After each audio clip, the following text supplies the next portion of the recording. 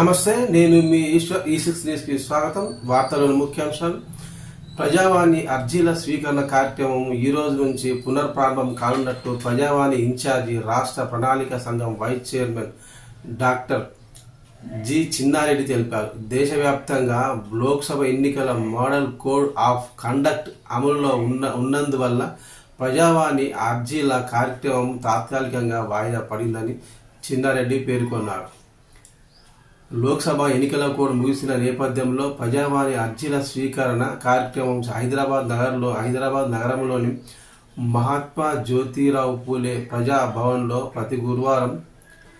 ప్రతి వారం మంగళవారం, శుక్రవారం కొనసాగుతుందని చిన్నారెడ్డి తెలిపారు. ఈ అవకాశాన్ని ప్రజలు సద్వినియోగం చేసుకోవాలని, ప్రజలు తమ సమస్యలను అర్జీల ద్వారా ప్రజావాణిలో అందజేయాలని చిన్నారెడ్డి కోరారు.